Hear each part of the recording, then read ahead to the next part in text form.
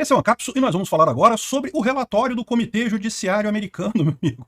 O pessoal jogou no ventilador, cara. Estão todos os pedidos do Alexandre de Moraes. O Elon Musk falou que ia liberar todos os pedidos do Alexandre de Moraes. Estão todos os pedidos do Alexandre de Moraes liberados aqui e ninguém pode acusar o Elon Musk. Por quê? Ora, ele foi obrigado, o Congresso americano exigiu dele os dados e agora o Congresso americano publicou todas as informações, todos os pedidos de censura do Alexandre de Moraes, que são realmente, meu amigo, olha só, são 540 páginas de pedidos de censura do Alexandre de Moraes, do TSE com nome de gente aqui, um monte de gente aqui sendo censurada e coisa e tal. Aí os memes que é pra tirar e não sei o que lá. Basicamente, principalmente por questão de criticar a urna eletrônica, mas por um monte de outras coisas aleatórias aqui também. Tá aqui, cara, olha só, a petição do escritório do Alexandre, do Zanin, do Cristiano Zanin, que agora é ministro do STF. O Zanin fez petição para tirar uma série de status, de posts aqui da Carolina de Tone, referente na época da eleição à amizade entre o Maduro e o Lula. Agora me explica, como é que pode isso? Que lógica tem isso? O Alexandre de Moraes acatou imediatamente o pedido, pediu para tirar tudo ligação do Maduro com o Lula na internet. Nenhuma coisa contra o Bolsonaro. Do Bolsonaro não tem nada aqui. É aquilo que eu falei para vocês que mostra o dedo na balança do Alexandre de Moraes nas eleições. Vamos entender esse caso aqui.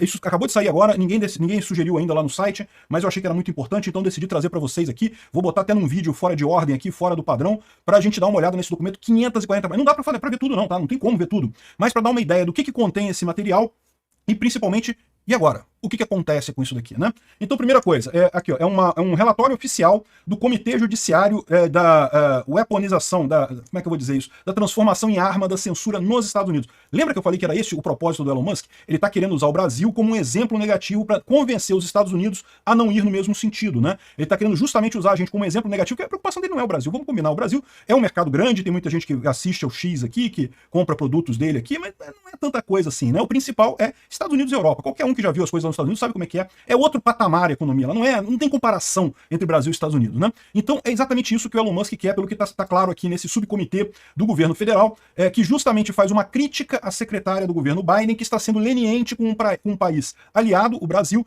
que está arrumando a ditadura usando censura nesses termos. E justamente ficou tão feio a forma como o Alexandre de Moraes pede a censura pro Twitter, é tanta coisa, é uma avalanche de coisas, né? Que o pessoal tem falado aí, mas o Elon Musk também acatou a ordem da Turquia, acatou a ordem da Índia e coisa e tal. Mas é o que eu expliquei pra vocês. Na Turquia, na Índia, tem lei para permitir isso. Lá eles fizeram leis, é um absurdo. O X, inclusive, reclamou, falou que não acha isso razoável, que é uma coisa errada, mas tem a lei, não tem o que fazer, é uma ordem válida. Aqui no Brasil é diferente. Qual que é a diferença? Aqui no Brasil não tem lei. O Alexandre de Moraes está mandando essa decisão de censurar as pessoas, sendo que a censura é vetada no Marco Civil da Internet e é vetada na Constituição brasileira. É contra a lei brasileira. Não tem nenhuma lei que permita o Alexandre de Moraes pedir essa censura como ele pediu, né? Mas tem a resolução do TSE. Meu amigo, a resolução do TSE está contra a lei. Inclusive, essa resolução do TSE que foi aprovada entre o primeiro e o segundo turno é a origem de todo o problema que leva à suspeição da eleição de 2022, né? Então vamos dar uma olhada nisso daqui.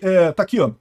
Subcomitê do armamento, né, de transformação em arma da censura e coisa e tal. E aí tá dizendo aqui uma série de problemas, eles estão reclamando de outros países, do Canadá, de vários países, e falando principalmente das iniciativas do Biden, né? O Biden quer diretamente coagir grandes companhias de mídia social, como o Facebook, a censurar a informação verdadeira, memes, sátira, e levando a mudar sua moderação de conteúdo, né? A Casa Branca quer coagir as grandes livrarias online do mundo para censurar livros e coisa e tal. Então, repara, eles estão fazendo isso aqui exatamente no contexto de tentar convencer os republicanos, convencer a população americana, convencer o Congresso americano a não adotar essas medidas de censura lá nos Estados Unidos. O Brasil está entrando nisso como um exemplo errado, um exemplo do que não se pode fazer, do absurdo que chega esse tipo de coisa de censura em rede social, né?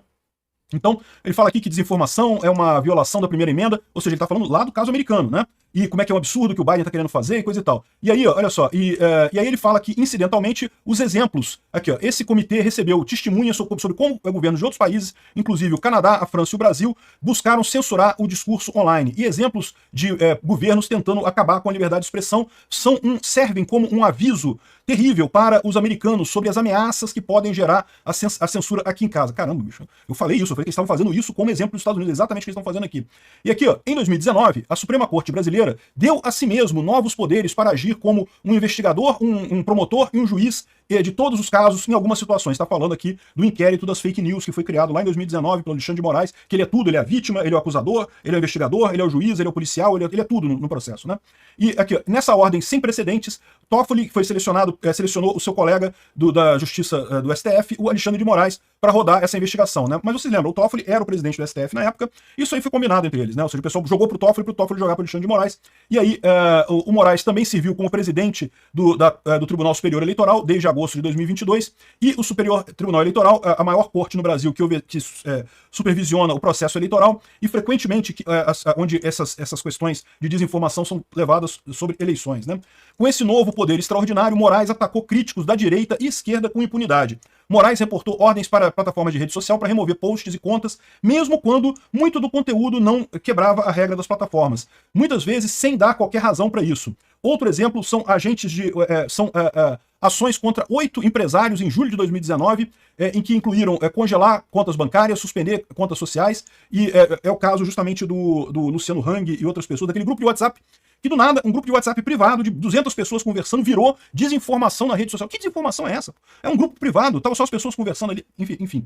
E aí ele fala que tem os exemplos todos aqui, fala sobre os absurdos, que, por exemplo, apenas um pequeno conjunto das cerca de 300 contas que o governo brasileiro está atualmente tentando forçar o X e outras companhias de mídia social a censurar, né? Então, oposição política, o Bolsonaro, Marcos Duval, o Alan Rick, que é senador e coisa e tal. Eu acho que o caso do Alan Rick, ele já foi retirado, não sei se ainda está nessa história, mas enfim.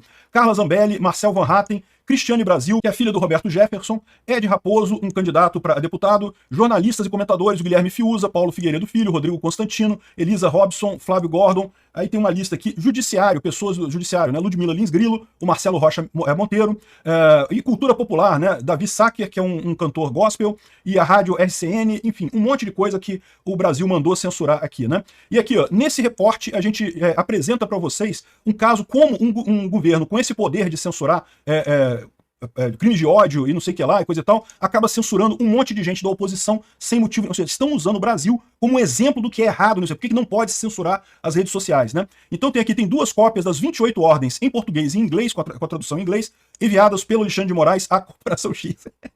O Elon Musk falou que ia publicar, e publicou tudo aqui, tá tudo, todas as ordens do Alexandre de Moraes estão aqui.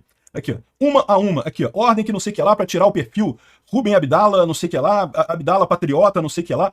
Desde o início, as primeiras coisas aqui, aí vem aqui outras coisas para serem tiradas também, e mais coisa aqui, e enfim, eu não vou passar por tudo, tá, gente? Eu tenho certeza que agora o pessoal vai pegar isso daqui, vai destrinchar isso daqui, vai ver os casos absurdos que tem aqui, mas basicamente é isso daí, né? Ele fala sobre uma ordem dos advogados conservadores brasileiros que foi censurada e coisa e tal. Aqui, ó, Luiz Freitas Pires Saboia, Ed Raposo, Marina Boa alguma coisa, Lígia alguma coisa, um monte de perfis aqui que eles colocam aqui de informação. E o mais engraçado é que se você olhar aqui, realmente o único que tem da esquerda aqui censurado é justamente a questão do PCO. Lembra que o PCO também foi censurado em determinado momento? O PCO tem aqui, mas é o único da esquerda.